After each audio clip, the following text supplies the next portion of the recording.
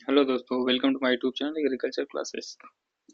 तो आज आप लोगों के लिए क्या है, हम थर्ड सेमेस्टर का प्रीवियस ईयर क्वेश्चन पेपर, जो कि आप लोग का फर्स्ट पेपर है, और crop production technology kharif crop. आप लोग को पता ही होगा कि हमारे यूट्यूब चैनल एग्रीकल्चर क्लासेस पे प्रीवियस ईयर पेपर हर साल की तरह इस बार भी अपलोड कराया जाएगा। तो अगर आप लोग हमारे यूट्यूब चैनल पर नए हैं तो हमारे चैनल को लाइक करें, सब्सक्राइब करें और अपने दोस्तों के साथ जरूर शेयर करें। तो हम लोग आज देख लेते हैं बीएससी एग्रीकल्चर थर्ड सेमेस्टर का पेपर है, जो कि 2025 का है। अगर आप लोग को इसका पीडीएफ चाहिए तो हमारे डिस्क्रिप्शन में मिल जाएगा, उस वहाँ से आप लोग डाउनलोड कर सकते हैं। कुछ नोट्स भी होगा जो आप लोग को डिस्क्रिप्शन में मिल जाएगा, वहाँ से आप लोग डाउनलोड कर सकते हैं। अगर उसके बावजूद आप लोगों को कोई डाउट हो तो आप लोग कमेंट में जरूर बताइएगा, और अगला पेपर किस सब्जेक्ट का लाना है ये आप कमेंट में बताएंगे तो उसी हिसाब से मैं पेपर लेके आऊँगा। ठीक है दोस्तों, तो आप लोग को पता ही हो कि ये 2 घंटे का पेपर है और 50 नंबर का पेपर होता है। 3 सेक्शन में पेपर बटा होता है, सेक्शन ए, सेक्शन बी और सेक्शन सी। ठीक है, इस हिसाब से आप लोग का पेपर देखने को मिलता है। तो हम लोग सबसे पहले बात करते हैं ए की। ए में देख लेते हैं पहला क्वेश्चन हम लोगों का क्या है। पहला क्वेश्चन है हम लोग का हीलिंग और मिलिंग। हीलिंग मिलिंग क्या होता है इसके बारे में हम लोग देख लेते हैं। ये बहुत ही इम्पोर्टेंट होता है दोस्तों। ठीक है, और इसको आप लोग अच्छे से जानेंगे, और किसमें किया जाता है ये तो आप लोग को अच्छे से पता होना चाहिए। तो हम लोग जानते हैं हीलिंग हो या फिर मिलिंग हो, ये सब किसमें किया जाता है, चावल में किया जाता है। चावल को आप लोग उगाते हैं तो उगाने के बाद उसको आप लोग पीट उट के फिर आप उसको खाने योग्य नहीं बना सकते हैं। उसमें आप लोग को मशीनरी की कार्य करवाना पड़ता है, जैसे कि धान के ऊपर से भूसी हटानी। ठीक है, ठीक है, उसे खाने योग्य चावल चावल बनाने के लिए आप लोग ये काम करते हैं। ठीक है, जैसे हम लोग क्या करते हैं, धान की कटाई के बाद 2 फसलों को क्रमबद्ध प्रक्रिया है, जिसमें धान की बाहरी भूसी और चोकर हटाकर उन्हें खाने योग्य सफेद चावल में परिवर्तित किया जाता है, जिसे हम लोग हीलिंग और मिलिंग के नाम से जानते हैं। ठीक है दोस्तों, अब हम लोग का आता है दूसरा क्वेश्चन। दूसरा क्वेश्चन हम लोग क्या है कि धुरिन या फिर HCN क्या होता है। ठीक है, इसके बारे में हम लोग देख लेते हैं। जैसे धुरिन जो होता है, ये ज्वार में पाया जाने वाला एक साइटोजेनेसिक ग्लाइकोसाइड है, जो कीटों या तनाव से ऊतकों को नुकसान पहुंचाने के विषाक्त हाइड्रोजन साइनाइड छोड़कर प्राकृतिक रक्षा तंत्र के लिए रूप में कार्य करता है। ये सूखे सहन करने के लिए सहायक होता है। ठीक है, साथ साथ ताजे और तनावग्रस्त सूखे पाले जो प्रभावित होते हैं। ठीक है, ज्वार का पतले ज्वार पर पलने वाले पशुओं को साइनाइड विषाक्तता का गंभीर खतरा होता देखने को मिलता है, इसीलिए इसको किया जाता है। ठीक है, उसके बाद हम लोग आते हैं तीसरा क्वेश्चन हम लोग देख लेते हैं। तीसरा क्वेश्चन क्या है, भिगोना या फिर तैयार करना। भिगोना या तैयार करने का मतलब होता है वही आप लोग देखे होंगे, सीढ़ीदार खेती के नाम से हम लोग जानते ही होंगे। ठीक है, उसमें आप लोग क्या करते हैं, टेरेसिंग फार्मिंग होता है, जैसे पहले फर्स्ट पे फिर सेकंड पे, मतलब एक सीढ़ी टाइप का खेती किया जाता है। ठीक है, उसी को हम लोग क्या करते हैं, सीडलिंग कहते हैं। ठीक है, अब आगे की तरफ हम लोग चलते हैं दोस्तों, कि आगे की तरफ हम लोग का नेक्स्ट क्वेश्चन क्या है। तो इसमें आप लोग देख सकते हैं कि नेक्स्ट क्वेश्चन हम लोग का क्या है, फाइलोडी। फाइलोडी क्या होता है दोस्तों, इसके बारे में हम लोग बात करते हैं।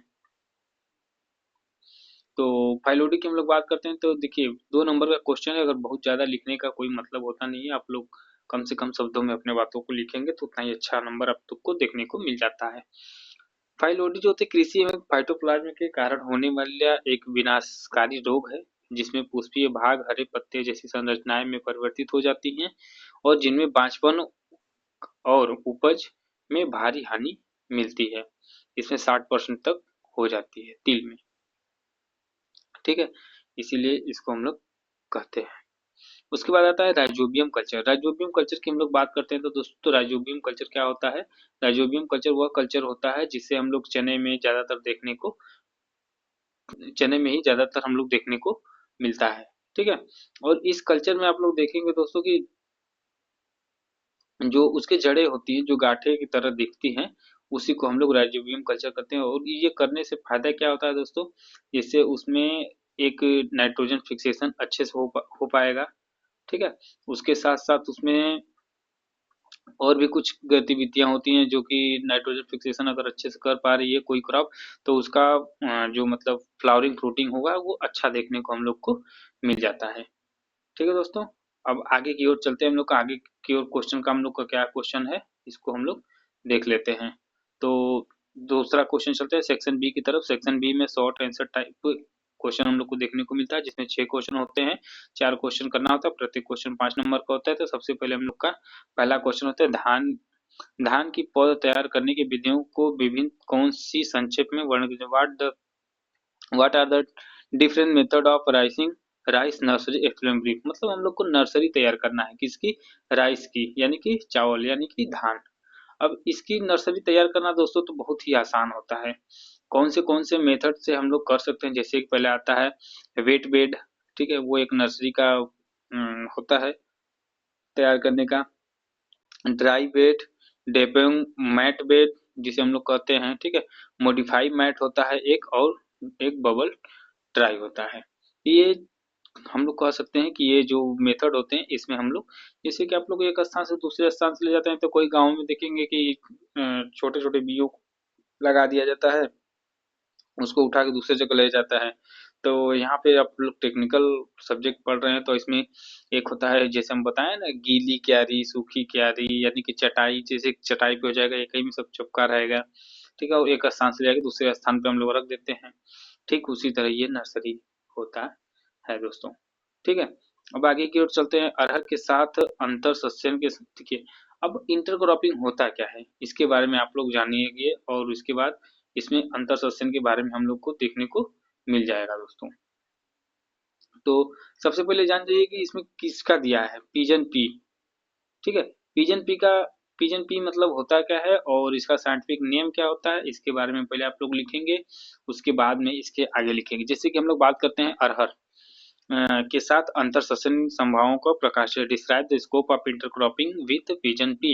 यानी कि सबसे पहले जानते हैं कि अरहर का साइंटिफिक नेम क्या होता है। तो अरहर का साइंटिफिक नेम होता है दोस्तों कजानस कजान। ये ब्रॉड स्कोप और सुटेबल एग्रीकल्चर का डिफिनेशन मतलब आता है उसमें। पार्टिकुलरली इन रेनफेड होता है, सेमी एरिड एंड सब एरिड रीजन दोनों में हो जाता है।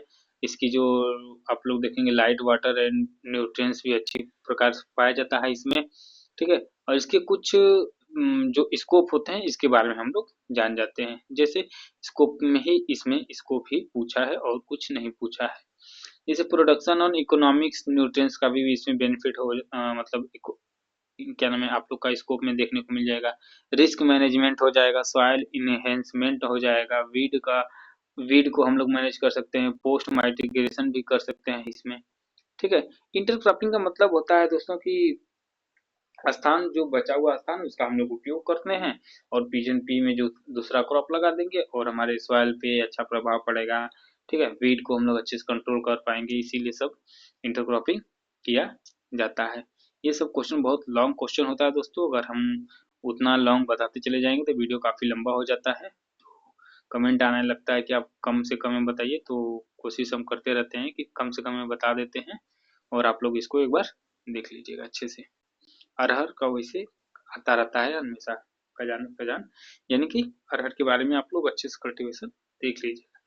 श्री अन्न से आप क्या समझते हैं, रागी के महत्व को लिखिए। What do you mean by Shri Anna, right the importance of finger millet. देखिए श्री अन्ना एक क्या है, श्री अन्न जो है ये भारत सरकार द्वारा गढ़ा गया एक शब्द है, जिसका शाब्दिक अर्थ होता है सम्मानित अनाज या दिव्य अनाज। जो बाजरा सभी किस्में को संदर्भित करता है। यह नाम इन प्राचीन पौष्टिक अनाजों की प्रतिष्ठा बढ़ाने के लिए अपनाया गया है, जिसमें अक्सर गरीब आदमी का भोजन कहकर अपेक्षित किया जाता है। इसमें अपार स्वास्थ्य पर्यावरणीय और कृषि लाभों को उजागर करने के लिए भी किया जाता है। तो ये श्री अन्ना जो है रागी है, फिंगर मिलेट बाजरा, पल्स मिलेट ज्वार सोरगम जैसे प्रमुख बाजराओं के साथ विभिन्न प्रकार के छोटी बाजरा के शामिल होता है। ठीक है, अब इसके इम्पोर्टेंस के बारे में भी दिया है, तो इम्पोर्टेंस आप लोग लिख सकते हैं, या नहीं तो कहिए तो मैं बता देता हूँ। जैसे उच्चतम कैल्शियम सामग्री इसमें देखने को मिलती है, आयरन भरपूर मात्रा में इसमें देखने को मिलता है। ठीक है दोस्तों। उसके बाद हम लोग बात करते हैं कि ये इससे फायदा मतलब और इससे लाभ क्या हो सकते हैं। ठीक है, बीज का हम लोग चयन कर सकते हैं अच्छे प्रकार से। तो ये सब बहुत सारे होते हैं, तो आप लोग जितना लिख सकते हैं उतना ही लिखिएगा। ठीक है, उसमें आप लोग देखेंगे बीज का उपचार भी आप लोग को अच्छे से करना पड़ता है, और इम्पोर्टेंस मतलब इससे बहुत ज्यादा फायदा आप लोग को देखने को मिल जाता है।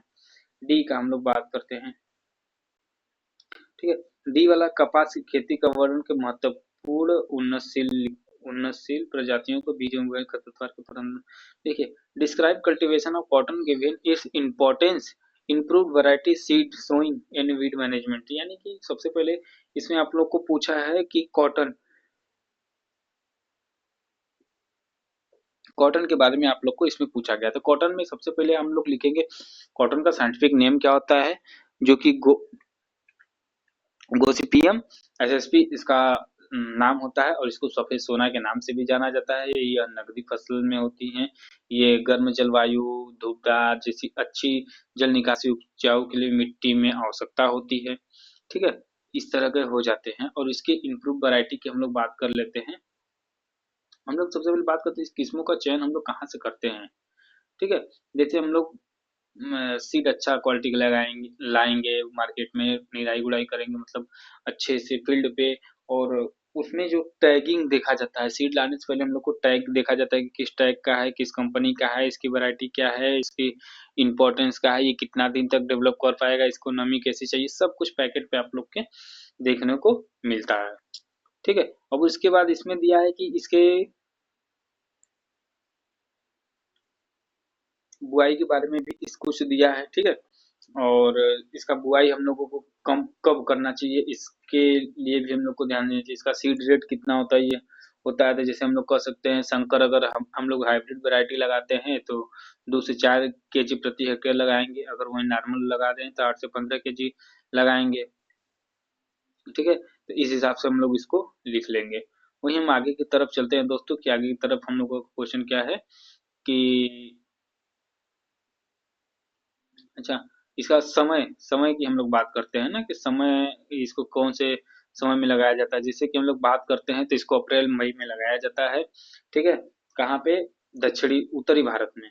और दक्षिणी भारत में इसको मानसून के समय हम लोग लगाते हैं, जैसे जून जुलाई तक लगाते हैं, और रबी में सितंबर से अक्टूबर में इसको हम लोग लगाते हैं।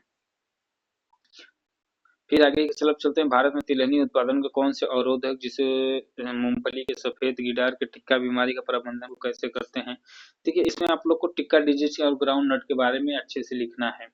उस पे आप लोग को कितना नुकसान होता है, क्या फायदा है, सब कुछ आप लोग को अच्छे से इसमें लिखना होता है। ठीक है, आप लोग टिक्का डिजीज के बारे में पढ़ेंगे जब इंडिया में उसका पूरा, तो आप लोग इसको अच्छे से लिख पाएंगे। ऑयल सीड के बारे में, चारे के लिए लोबिया के लिए खेत का उन्नत प्रजातियां, बीज की बुआई, उर्वरक। देखिए, इसमें भी चारे की जो लोबिया होती है उसका लिखना है, काउपी का जो लिखना है, कल्टीवेशन हम लोग को करना है, फॉर गिवन इम्प्रूव उसकी वैरायटी के बारे में लिखना है, सीड सोइंग लिखना है, न्यूट्रिएंट्स मैनेजमेंट लिखना है, और के बारे में लिखना है। सेक्शन सी की हम लोग बात करते हैं। तो इसमें लॉन्ग टाइप आंसर क्वेश्चन जो होता है, लॉन्ग आंसर टाइप क्वेश्चन होता है। इसमें 4 क्वेश्चन दिया रहता है, 2 क्वेश्चन करना होता है, प्रत्येक क्वेश्चन 10 नंबर का होता है। ये आप लोगों को करना होता है, ये वेरी लॉन्ग क्वेश्चन होता है। ठीक है, तो जैसे कि रोपाई विधि को, धान की खेती को महत्वपूर्ण विस्तार करना है। जैसे कल्टीवेशन हम लोग करते हैं राइस का, चावल का, तो एक स्थान से दूसरे स्थान से जाते हैं। ड्राई बेड मैंने आप लोग को बताया था, ड्राई, सूखा, गीला, मैट, और नर्सरी ट्रांसप्लांटिंग। तो उस हिसाब से कल्टीवेशन आप लोग को प्लांटेशन करना है, तो एक स्थान से 2 स्थान पे ले जाना है। तो उसके बारे में आप लोग को अच्छे से विस्तार पूर्वक हेडिंग डाल डाल के अच्छे से लिखना है। सोयाबीन खेती के शीर्षक का अंतर्गत, जैसे कि सोयाबीन की खेती करना है। ठीक है, कल्टीवेशन हम लोग को तो कम से कम 4 5 6 क्वेश्चन 6 से 7 क्रॉप है, जिसका कल्टीवेशन हम लोग को अच्छे से याद होना चाहिए। उन्नतशील प्रजातियों के बारे में लिखना है, बीज की बुआई लिखना है, पोषक तत्व मैनेज, खरपतवार मैनेजमेंट और कटाई और उपज लिखना है। Describe the cultivation of soybean, the improve variety लिखना है, सीड का सोइंग कब किया जाता है, न्यूट्रिएंट्स मैनेजमेंट क्या होते हैं। ठीक है, वीड को मैनेजमेंट कैसे किया जाता है, हार्वेस्टिंग यील्ड कब होता है, सब कुछ आप लोग को लिखना है। रबी में बोई जाने वाली मक्का शस्य क्रियाओं का वर्णन कीजिए। रबी मक्का की उपज खरीफ मक्का से अधिक होती है, स्पष्ट कीजिए। देखिए, इसमें आप लोग को रबी में बोई जाने वाली मक्का का और शस्य क्रियाओं का वर्णन करना है। जो मक्का में देखने को मिलता है। रबी में मक्का उपज मक्का से अधिक स्पष्ट होती है, मतलब होती है। इसके बारे में स्पष्ट करना है कि कैसे इसका ज्यादा प्रोडक्शन आप लोग को देखने को मिलता है। ठीक है, उसके बाद हम लोग चलते हैं अपने आगे की ओर क्वेश्चन को। ये लॉन्ग लॉन्ग क्वेश्चन है दोस्तों, और ये डी क्वेश्चन है कि निम्नलिखित में से संक्षिप्त टिप्पणी करना है, यानी कि सेलिंग परसेंटेज क्या होती है। देखिए, सेलिंग परसेंटेज आप लोग को निकालना पड़ता है, उसका एक सूत्र भी देखने को मिलता है। सेलिंग प्राइस जो होती है, ठीक है, उसको हम लोग क्या करते हैं, पहले कॉस्ट, कितना कॉस्ट लगा है, ठीक है, उसको प्रॉफिट उससे कितना हुआ है, ठीक है, और उससे 100 का मल्टीफाई सॉरी गुणा कर देते हैं, और इसका हम लोगों को देखने को मिल जाएगा सेलिंग परसेंटेज कितना हुआ है। ठीक है दोस्तों, अब आगे की ओर चलते हैं। जैसे नेपियर की बात करते हैं, तो नेपियर क्या होता है दोस्तों, नेपियर एक ग्रास होती है। क्या होती है, नेपियर ग्रास देखने को मिलता है। ठीक है, नेपियर ग्रास के बारे में आप लोग अच्छे से जानते ही हैं, और ये अच्छी होती है। और उसके बाद आता है अमन धान। अमन धान एक महंगी वैरायटी है, और इसका आप लोग अच्छे से अगर देखेंगे तो काफी महंगा पड़ जाता है, और इसका लोग उपयोग भी करते हैं, और इसमें अच्छा खासा प्रोटीन भी देखने को मिलता है। और इसमें आप लोग जैसे कहेंगे ना, क्या नाम है कि अ, अमन राइस जो होता है ये महंगी होती है, और इसमें हम लोग को विटामिन का अच्छा सोर्स माना जाता है। ठीक है, और इसमें क्या होता है दोस्तों कि पॉड खंडन, यानी कि जो पॉड होते हैं उसके बारे में लिखना है। पॉड स्टेरिंग मतलब कि फली का जो टूटना होना है होता है, जिसे हम कह सकते हैं सूखे फलीदार पौधे के जो फलियों का समय से पहले फट जाना। ठीक है, जो समय से पहले कट जाते हैं, ज्यादातर ये सरसों, क्या नाम है, सोयाबीन हो गया, सरसों हो गया, इन सब में देखने को मिल जाता है। जैसे सूखे फलीदार पौधे के फलियों के समय से पहले फट जाना, जिसमें बीज का बाहर निकल आना, और उपज में भारी कमी आती है। ठीक है, कमी आती है खासकर सोयाबीन और कैनोला में देखने को मिलता है ये। उसके बाद आता है दोस्तों लास्ट क्वेश्चन हम लोग का इसमें का भी, और इसका मतलब क्या, मतलब पांचवा है, और इसके बारे में हम लोग बात करते हैं दोस्तों। थोड़ा बोलते बोलते मुंह सूख गया है, एक मिनट बस आप लोग रुक जाइएगा। तो ये हम लोग का लास्ट क्वेश्चन है, और इसका हम लोग को फुल फॉर्म लिखना है। IGFRI का Indian grassland and fodder research institute कहाँ पे है, झांसी उत्तर प्रदेश में देखने को मिलता है। ठीक है, तो एक आता है ICR, Indian council of agriculture research. ठीक है, तो ये होता है हम लोग का लास्ट क्वेश्चन, इसका फुल फॉर्म हो गया, और ये क्वेश्चन आप लोग का पूरा कंप्लीट हो गया दोस्तों। तो हम यही कहेंगे कि अगर हमारे चैनल पे आप लोग नए हैं तो हमारे चैनल को सब्सक्राइब करें, लाइक करें, अपने दोस्तों के साथ जरूर शेयर करें। कोई डाउट हो तो आप लोग कमेंट में जरूर बताइएगा। और हाँ, एक चीज और बता देते कि हमारे प्ले लिस्ट में जाएंगे आप लोग, 2024 का भी पेपर अपलोड किया गया है, 2025 का भी किया जा रहा है, और हर सेमेस्टर का किया जाता है। अगर इसमें आप लोगों को कोई डाउट होगा तो आप लोग जरूर कमेंट करिएगा। ठीक है दोस्तों, मिलते हैं नेक्स्ट वीडियो में, तब तक के लिए जय हिंद, जय भारत।